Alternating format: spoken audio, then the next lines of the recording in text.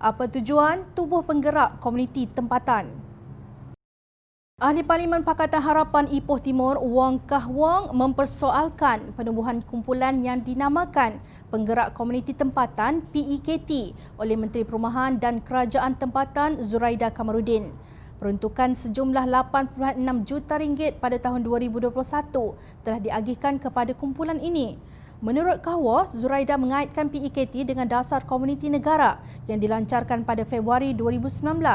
Beliau menyatakan PEKT akan memainkan peranan dalam pelaksanaan program-program yang dilaksanakan di bawah dasar komuniti negara. Jawapan Menteri KPKT merupakan suatu jawapan yang putar belit dan tidak langsung menyentuh berkenaan dengan isu pokok iaitu kepentingan politik dalam perkara ini, pidas Kahwa. Beliau merujuk kepada jawapan daripada Menteri KPKT bahawa kerajaan telah memperuntukkan sebanyak 2.6 juta ringgit pada tahun 2020 untuk tujuan PEKT di 3 negeri yang diperintah oleh pembangkang.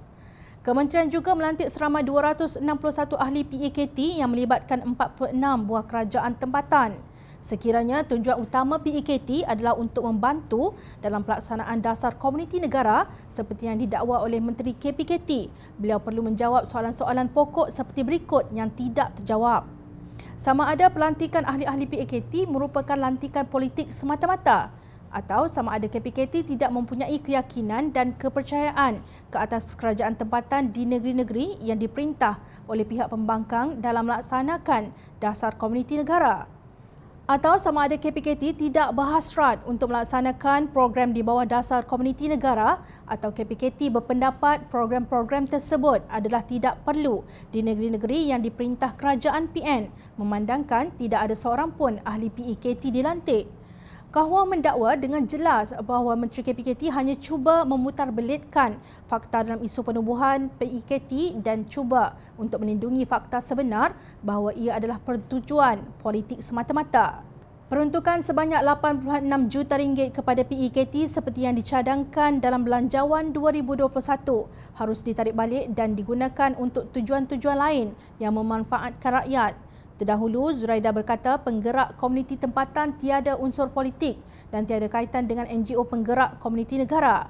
Jom channel melihat sama ada penggerak komuniti tempatan itu sinonimus dengan penggerak komuniti negara atau tidak, bukannya perkara yang menjadi isu. Persoalan yang lebih besar ialah kenapa kumpulan ini hanya ditubuhkan di negeri-negeri yang dikuasai oleh Pakatan Harapan jika ia bukan untuk tujuan politik. Mengapa membazirkan sejumlah wang rakyat untuk menubuhkan satu kumpulan lain yang tugasnya boleh dilakukan oleh anggota dalam kerajaan tempatan di negeri-negeri yang dikuasai oleh Pakatan Harapan?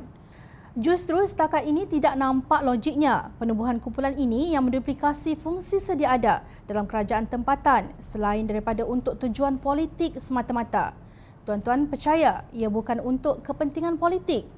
Rakyat bukan bodoh kerana rakyat sentiasa memerhati.